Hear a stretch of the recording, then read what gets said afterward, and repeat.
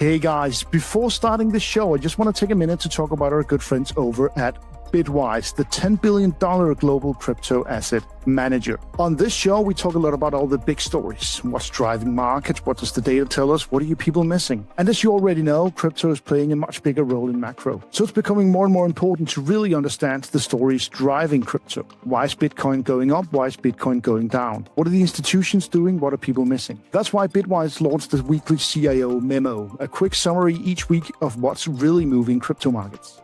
It's written by the CEO, Matt Hogan. Matt's one of the best in business at bridging the worlds of traditional finance and crypto. It's really a great read. It's clear, it's bold, and it's very thoughtful. I highly recommend it to anyone who wants the latest insights and hottest takes in the crypto world. So head on over to bitwiseinvestments.com/CIO memo. That's bitwiseinvestments.com/CIO memo. Check it out for yourselves. Always, of course, carefully consider the extreme risks associated with crypto. Today's video is sponsored by VeChain, the leading layer 1 built for real-world adoption. VeChain launched all the way back in 2015, built for real-world utility before most people had even heard of blockchain. One of the oldest protocols and boasting 100% uptime since launch, it's known for powering real-world solutions and partnerships with global brands like the UFC. Now, they're entering a new, user-focused chapter powered by adoption in the VBetter ecosystem and an ambitious technical roadmap dubbed the VeChain Renaissance. Renaissance builds on VeChain's history of real utility and adoption to deliver a faster, more flexible core protocol, designed to meet the needs of builders and drive mass adoption. The next phase kicks off on July 1st with the launch of Stargate, VeChain's new staking program. It's an evolution that brings VeChain closer to delivering its vision of a world powered by Web3 without compromising on reliability or stability. The future is here, and it's scalable, sustainable, and evolving with purpose. Check the links in the description to find out all you need to know about VeChain Renaissance and the updated staking opportunities available through Stargate.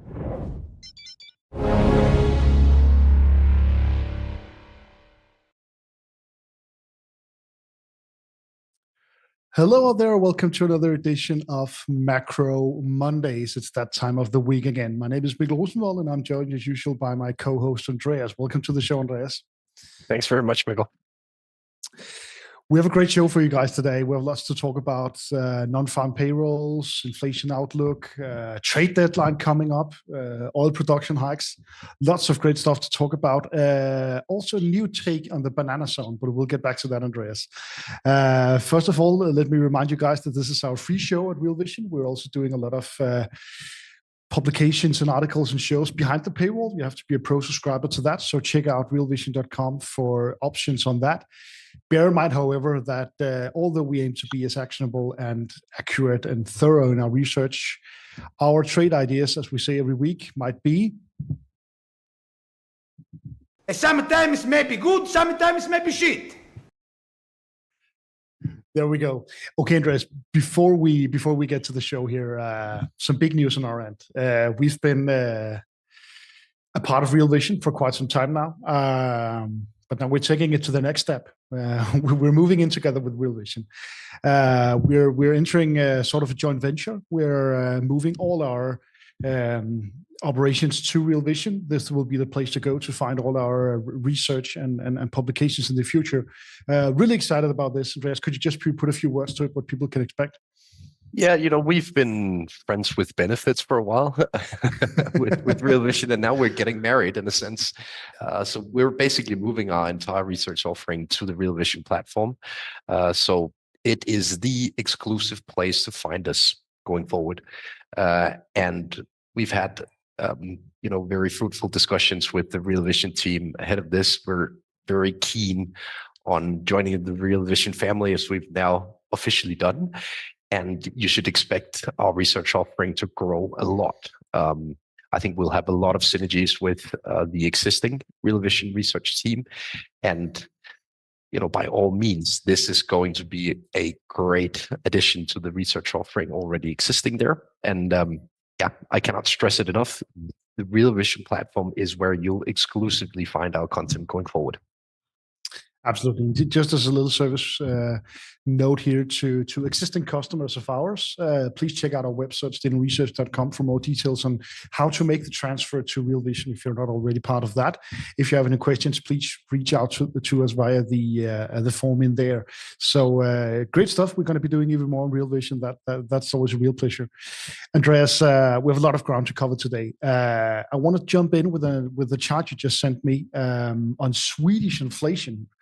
For June, actually, they're very, very quick over there to get the numbers out of us and understand it. What are we looking at here, and why's this relevant? Well, first of all, I always like to bring in some input from our neck of the woods. So Sweden is obviously just across the bridge from where we're located in Copenhagen, Denmark. But I think the reason why Sweden is so relevant is that Sweden is, first of all, a very agile economy.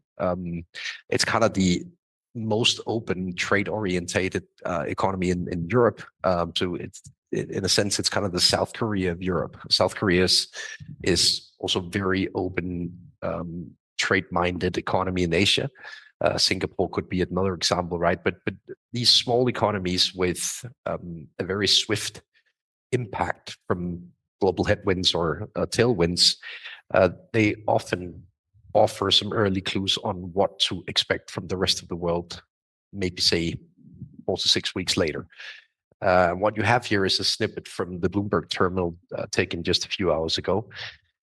The Swedish inflation number from June was out this early morning European hours, and it was a shocker in many ways. I think most Swedish officials had expected the inflation number to behave in many ways, and it didn't. So if you look at the month-on-month inflation, we're talking 0.7% on the month if you exclude energy, which is, frankly, way, way, way too high. And this is, maybe a couple of weeks after the Riksbank basically said that they found the inflation outlook to be much more under control. They basically turned the page on inflation in many ways, and also communicated that they could see more cuts upcoming. And if this is a precursor in any way to what to expect from, goods inflation and core goods inflation around the world, it's bad news for those hoping to see inflation behaving. And I, to some extent, I actually think Jay Powell, popped the champagne on the back of this, because this is exactly what he's been warning us about, right? Core goods inflation going higher in response to tariffs, in response to the shipping malaise that is now back on the radar after another attack in the Red Sea over the past 24 hours and all that. I'm not sure I'm that worried, but you should just bear in mind that there is a reinflationary impact to be expected when growth reaccelerates, as is probably the most likely scenario here, as we've said over and over, now that we have a reopening of global trade and fingers crossed, no more obstacles due to tariffs and all of that. So I think inflation will rebound alongside growth and alongside liquidity. And that's typically what I label an up macro regime, meaning that both commodities and equities will go up in tandem in such an environment. And I think we got confirmation from Sweden about that.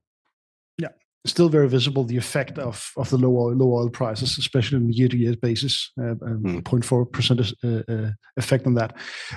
Okay, we'll get more into many of these aspects, Andreas. Let's move on to some of the laughs of the week. We try to have a couple of fun memes, etc. here. This one is the Elon Musk tweet of the week. I mean, I don't know what to say about this feud reigniting. Obviously, always referring to the Jeffrey Epstein. I mean, some investors are talking about pulling out of Tesla, and now that Elon is, first of all, waging a war against the sitting president. Secondly, throwing his time back into politics. To be honest, I have a lot of sympathy for that, because at the end of the day, he only has 24 hours in his day as the rest of us. And how many projects can he go on? Is he going to get thrown out of Tesla? What do you think, Andreas? I mean, so first of all, remember that very viral reel with an entrepreneur stating that he's got 3 days in a day because he separates the day in 3 times 8 hours. And that was kind of his life hack. So maybe Elon does the same. I think that was one of the more esoteric life hacks. Never mind.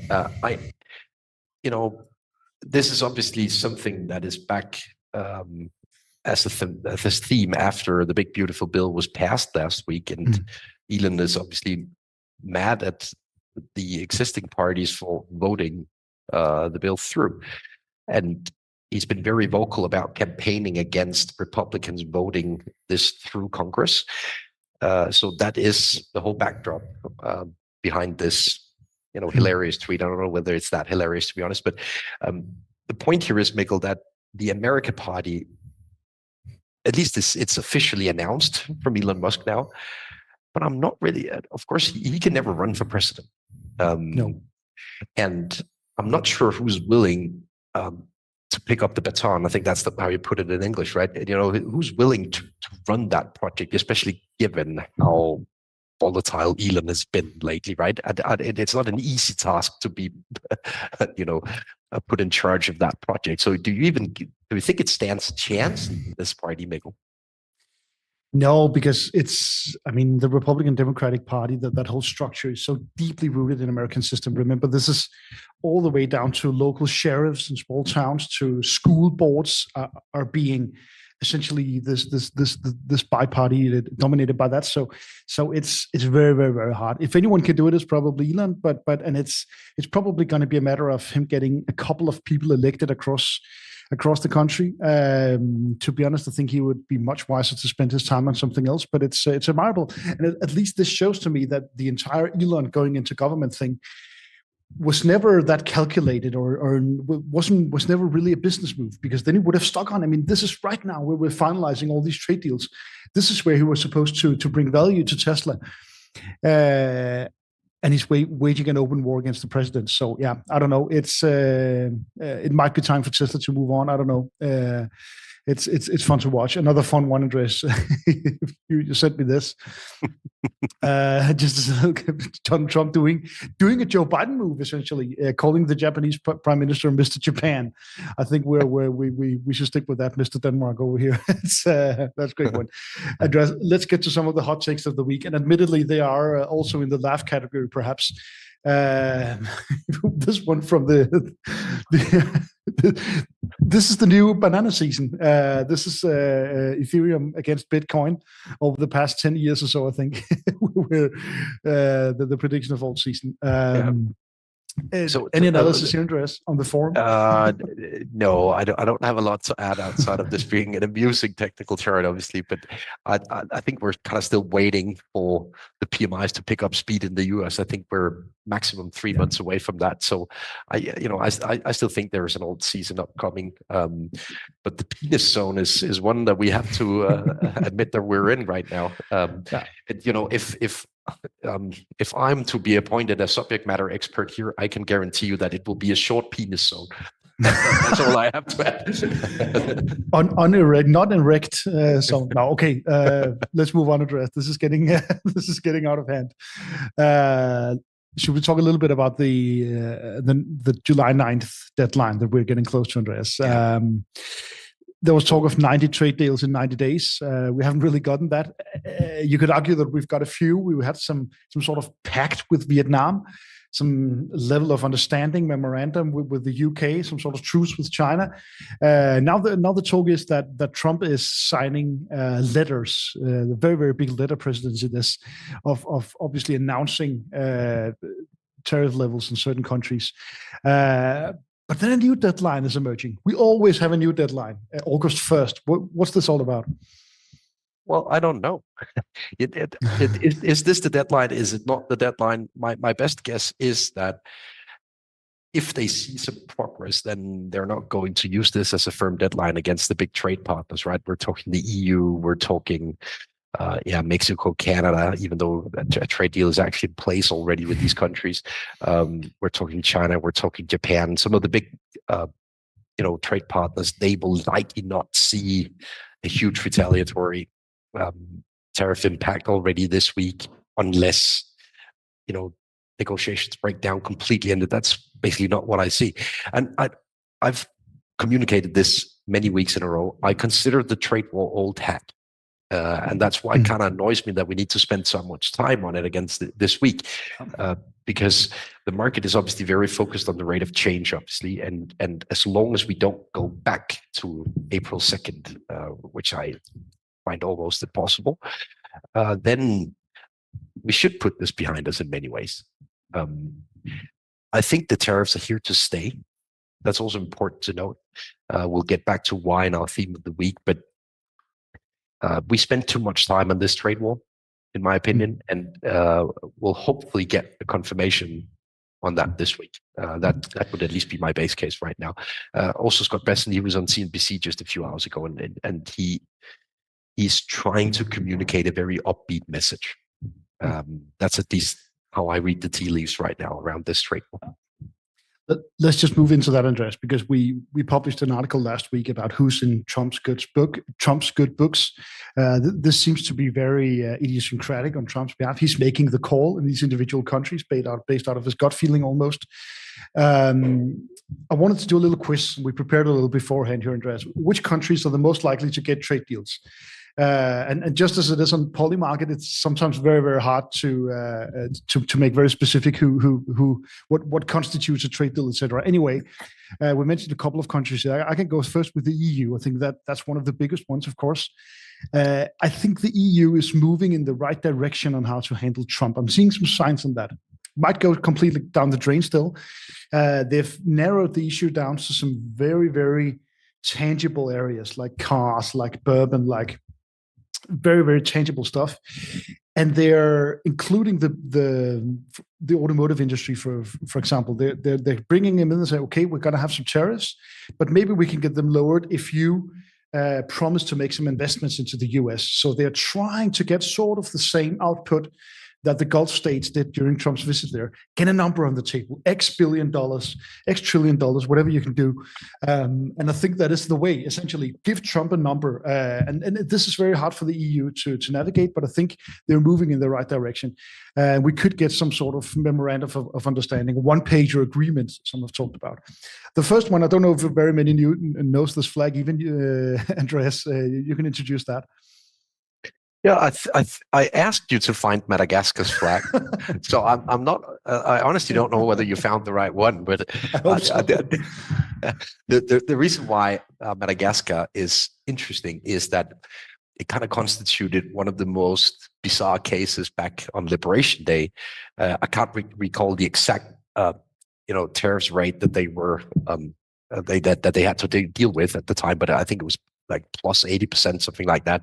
And we're talking about a country that mostly exports vanilla to the US and pepper. Almost exclusively, yeah. Peppercorn, right? And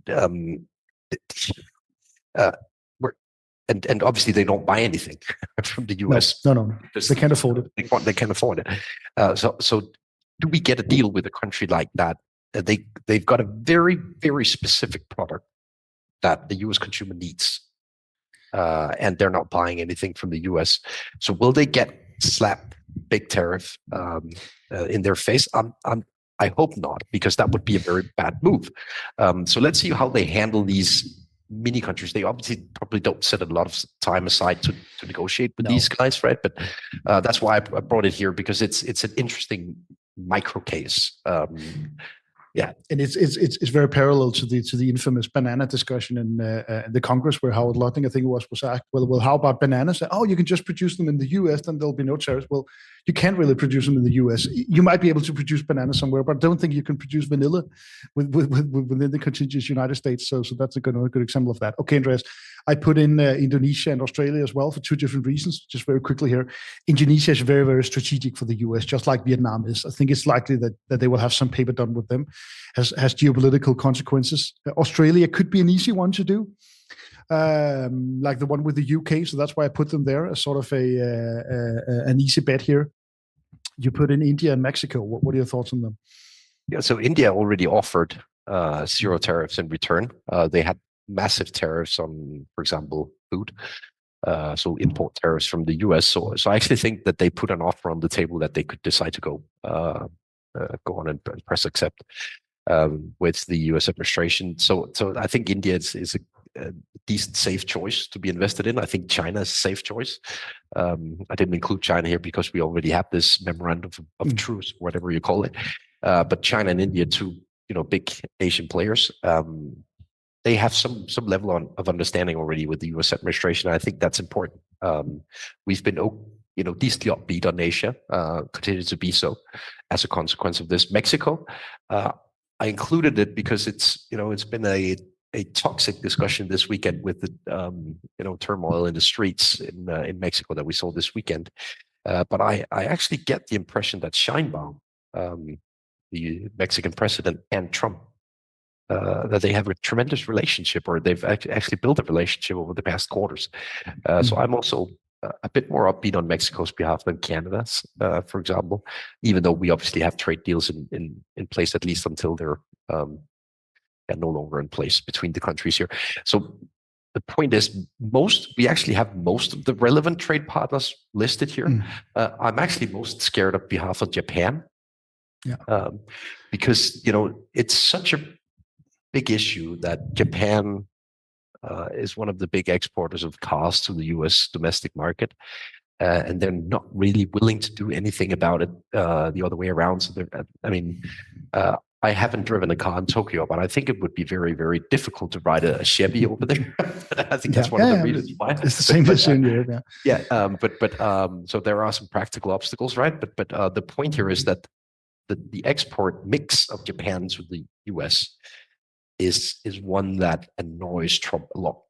And in the article that we wrote for the Real Vision Pro subscribers, we obviously go through the data layer by layer to find those countries that are in Trump's good books and those that are not. So I think it's a very, very value-adding research paper for you to read ahead of this week.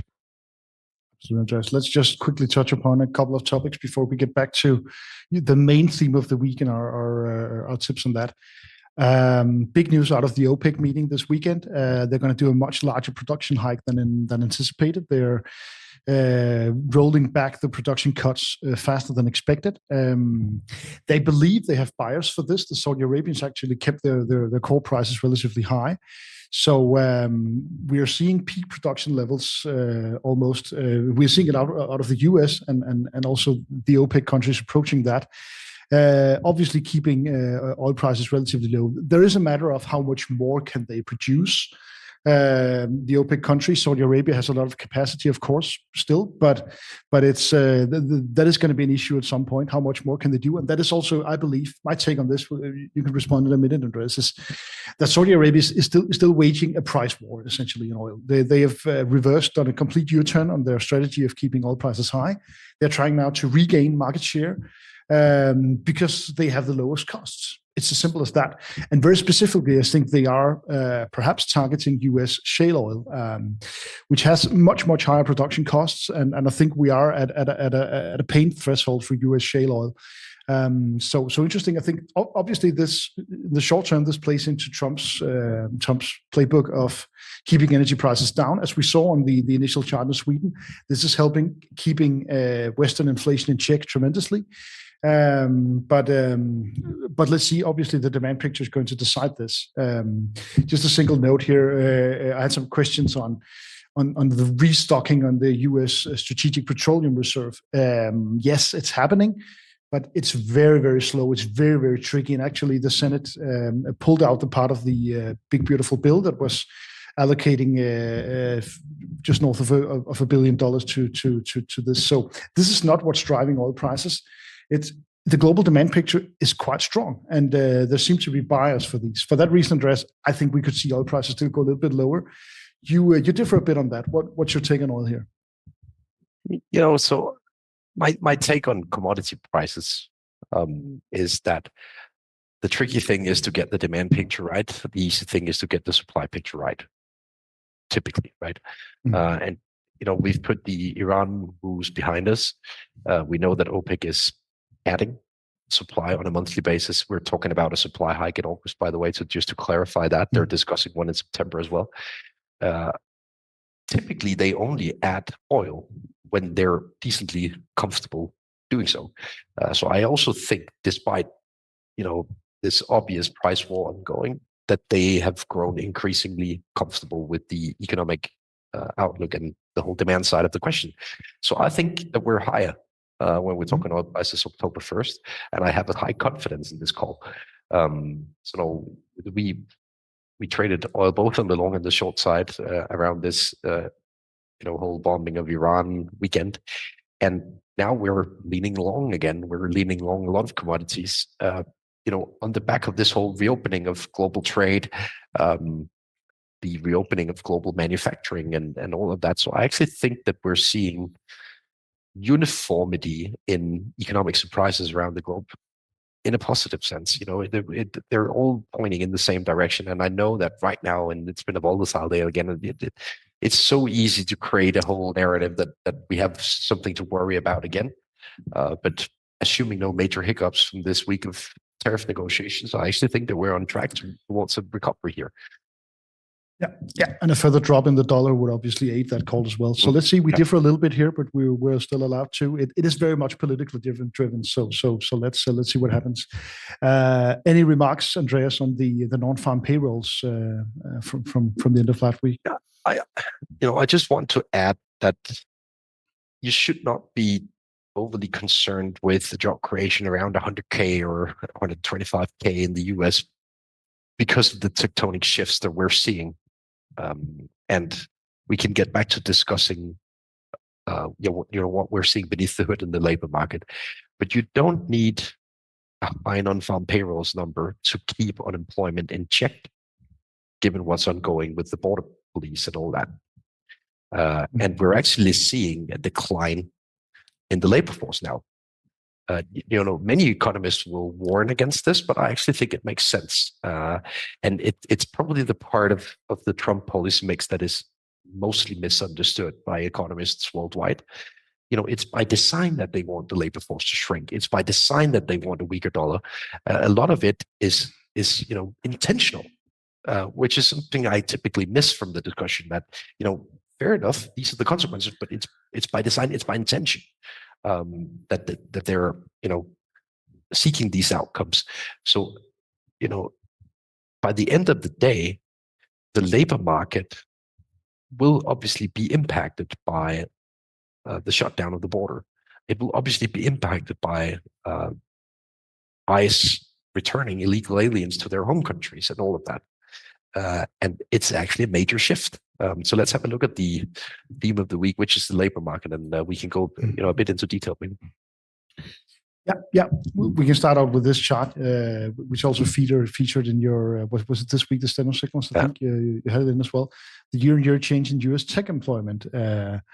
Very, very drastic development over the past 1 to 2 years. Is this the AI effect? What's happening here, Andreas? I don't think we can say that with a high degree of certainty yet, but my best guess is yes. We've had Microsoft, Salesforce, a couple of the big guys out stating that in between 30 and 50% of the coding is now AI driven. So sure, I think entire teams are impacted by this, and it's obviously the direction of travel right now. So I think what's different here is that typically, and we've seen that over and over and over the past 3-4 decades, technological adoption led to a larger payroll in tech. The massive adoption of AI right now is not leading to a larger payroll in tech. I think that's big, because it's been kind of a typical alarmist take to say, okay, yeah, tech will make sure, or it will, technological advances will lead to people losing their jobs. But every time we've had these technological advances, we've seen people moving to other sectors, to other skill sets, etc. What I find difficult this time is to find the imagination on how to compete with this as a human being over time. What's the next step? Yeah, unless you're entertaining other people, right? So I think developing your social skill sets will be very, very important in this environment. But the point here is just even in a rebound, which has been very obvious in tech for a while, especially if you look at equity prices, etc. They're not hiring. They're not really firing yet on an aggregate level, but they're not hiring either, which is probably a precursor of what to expect in a lot of other sectors, right? You and I, our little company is, to some extent, an example of the same, right? We've also been building and building and building our AI efforts. Real Vision is a good example of it. So this is a major shift in the labor market. And that is why I think it makes sense what we see on the next chart, Mikkel, that if you're well aware, and by all means, we have loads of very, very skilled tech people in Trump's administration. If you're well aware that the hiring will be low because of AI, why not try and reserve those jobs left for those people that are already there? Yeah. And the shift that we've seen in the participation from native-born workers versus foreign-born workers over just the past quarter, last 4 months-ish, is massive. Whether this is the start of a new trend is still to be decided, but I think it is. And it makes a ton of sense if AI leads to a low hiring, low firing kind of environment. Then you don't need to expand your labor force on a running basis, on and on and on and on and on, as we've been used to. And the whole Trump project is very much aligned with this. Again, it's by design, what we're seeing on the chart here. So again, one of the things that I find vastly misunderstood about this whole Maca project is this. I've written a whole article on it, so go have a look at Real Vision. It's big, and it will carry a lot of repercussions if I'm right on this labor market thesis. Yeah, and Andreas, we could end off. We're going to get to couple charts now, but just end off on this meme or this, which is, I mean, people often talk about, we're going to have robots in 10 years. Well, they're here and they're taking over jobs right now as cashiers or in the service industry, and this is what it is, Andreas. When you have those charts, as we just saw on IT services, on jobs there. It's going to be very, very hard to ask for pay increases unless you're in the absolute top echelon. We've heard stories about Meta paying huge transfer fees essentially for top employees, but that's like professional athletes. That's the very, very, very, very, very top echelon. They're going to get paid. The rest of us, not so much. But let me provide you with a piece of anecdotal evidence that is somewhat related to these McDonald's screens. We typically do our groceries online now in my household, and for the first time in a long, long, long while, I was in charge of the groceries online the other day, and I thought that I had filled up the basket with what we needed, and then the AI-fueled assistant told me, "Your wife typically buys this, this, and this," and it was very correct. I had left out a lot of stuff that my wife would typically buy for herself, right? So I think we're getting very close to also like service-related jobs being impacted by AI. And this was, one of the most clear-cut examples I've seen so far in my, own day-to-day life. And it was frankly quite impressive, to be honest. And perhaps scary, what she's buying every time, but you learn a lot from that.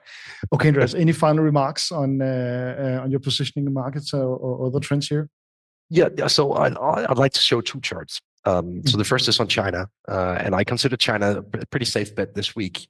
We've seen how they hold a card, maybe the card, against the US in these tariff negotiations. So I would be incredibly surprised to see the US administration rocking the boat in the negotiations with China. Scott Bessent said that they will meet again in a couple of weeks. So there is nothing urgent about the China discussion. China has agreed to deliver these rare earth magnets that they need so much in the US, but they have something that the US cannot do on its own right now.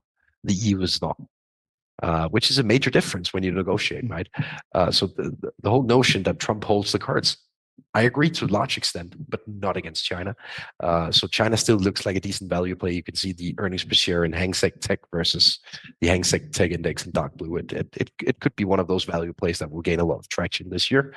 And then on a final note, I know that many of you are, getting slightly bored or impatient with the lack of a cyclical upswing in the PMIs. We've been talking about this cyclical upswing in the PMIs to be the perfect catalyst for a banana zone. This is what will get us out of the penis zone, basically. For those of you who didn't watch the show early on, there's not a big explanation, but a short explanation up there. This is gonna erect the penis. Yeah, exactly. Yeah. And the whole point here is that financial conditions have been easing for quite a while, especially after the reopening from the initial tariff debacle. This is what will eventually lead PMIs solidly back above 50.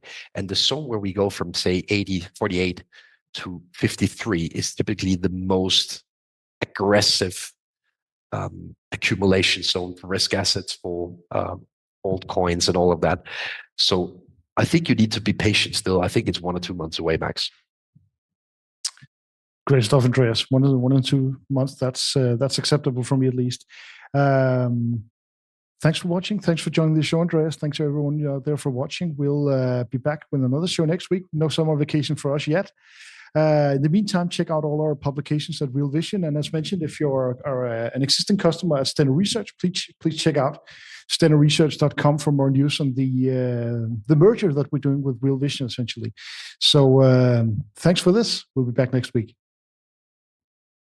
Today's video is sponsored by VeChain, the leading layer 1 built for real-world adoption.